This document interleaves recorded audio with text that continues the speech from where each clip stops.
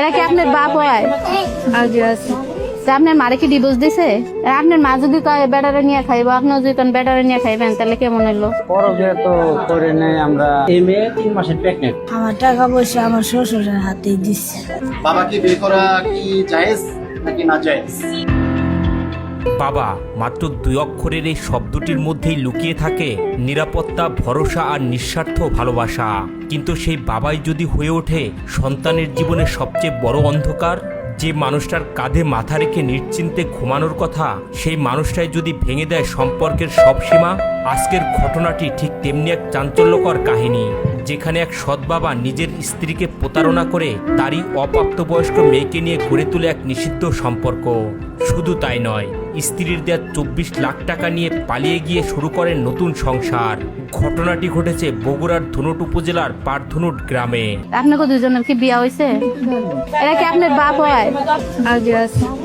দেশে ছেলে থাকছিল না যে আপনার বাপের এই নিয়ে আসতে হইব? আমার জামাই ভর্তি রাখি আমার মাথা মুখো এক সন্তানের নয়, 3 সন্তানের জননী ছিলেন এই নারী। স্বামী, সংসার আর সন্তানদের নিয়েই চলছিল তার জীবন। জীবনের নানা কষ্টের মাঝেও নতুন করে সুখ খুঁজে পান তিনি, যখন মোবাইল ফোনে পরিচয় হয় রবিউল ইসলাম বাবু নামের এই যুবকের সঙ্গে। পরিবারের সম্মতিতে হয় তাদের বিয়ে। নতুন স্বামীকে বিশ্বাস করে নিজের 3 সন্তানকে নিয়ে শ্বশুরবাড়িতেই ওঠেন এই নারী। প্রবাস থেকে কষ্ট করে জমানো প্রায় 24 লক্ষ টাকা চোখ বন্ধ করেই তুলে দেন স্বামী রবিউল এবং শ্বশুরের হাতে। আমি বিদেশ আসছিলাম, মোবাইলের মাধ্যমে পরিচয় হয়েছে, আমাকে বাইর যায় বিয়ে করছে। বিদেশ যায় তারপর দুজনে বাড়ি করছে। আমার শ্বশুরে কইছে এই বাড়ি ঘর তোমার বাড়ি ঘর তোমরাই করবা। এই কথা বললা আমার টাকা পয়সা আমার শ্বশুরের হাতেই দিচ্ছে। আমি 24 লাখ টাকা দিচ্ছি। কিন্তু তিনি বুঝতে পারেননি তার বিশ্বাসের আড়ালে ধীরে ধীরে তৈরি হচ্ছিল এক ভয়ঙ্কর সম্পর্ক। সংসারে আসার কিছুদিন পর থেকেই রবিউলের নজর পড়ে তার 15 বছর বয়সী সৎ মেয়ের ওপর। প্রথমে বিষয়টি কেউ বুঝতে পারেননি, কিন্তু ধীরে ধীরে তাদের মধ্যে বাড়তে থাকে গোপন যোগাযোগ।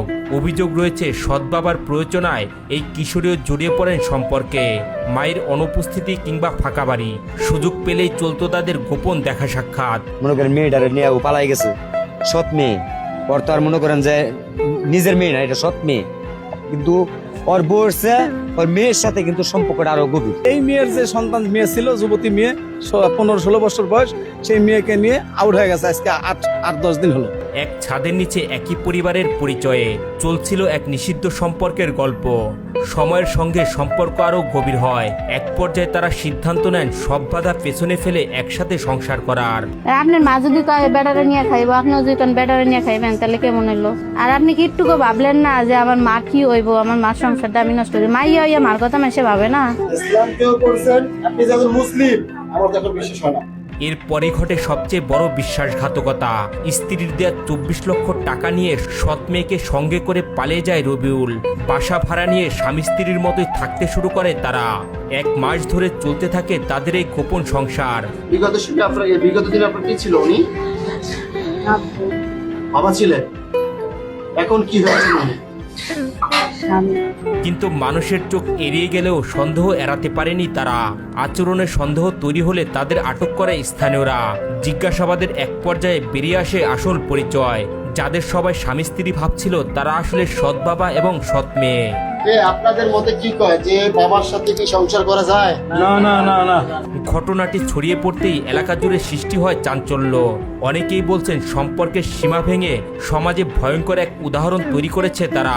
আবার কেউ বলছেন অল্প বয়সী মেয়েটি পরিস্থিতির শিকার।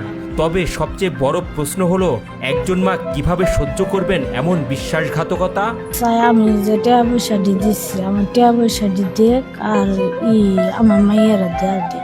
আপনি দেখে কিরকম চোখে দেখছেন? আমি এটা দেখতেছি, সকালবেলা দেখতেছি ওরা দুজন পালাইয়া যাইতেছে। জিজ্ঞাসা করলাম কি হয়েছে আপনাদের, এই যে পালাই যাচ্ছে। এখন আরেকজনে বলতেছে ঠিক আছে যে বাবা মেয়েকে বিয়ে করছে, এটা আপনাদের জন্য। তারপর জিজ্ঞাসা করলাম কিভাবে কি, ঠিক আছে। তারপরে এই মেয়ে 3 মাসের প্রেগনেন্ট, সেই জন্য পালাই আসা। এই যে জিনিসটা ধরা গেছে, এই জন্য পালাই আসা। তো আমরা ওনার মাকে ফোন দিয়েছি, মেয়ের মাকে আসতেছে।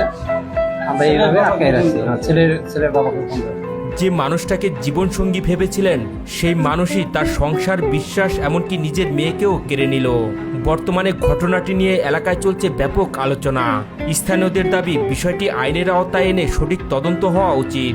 অচিরে তাড়াতাড়ি যান, আপনারা এই বিচারটা করে দেন। বাস্তব জীবনের এমন ঘটনাগুলো আমাদের সমাজের অন্ধকার দিকগুলো চোখে আঙুল দিয়ে দেখিয়ে দেয়। বিশ্বাস, সম্পর্ক আর পারিবারিক বন্ধনের আড়ালে কখনো কখনো লুকিয়ে থাকে এক ভয়ঙ্কর সত্য। এই ঘটনাটি নিয়ে আপনাদের মতামত কি? কমেন্ট করে জানাতে ভুলবেন না।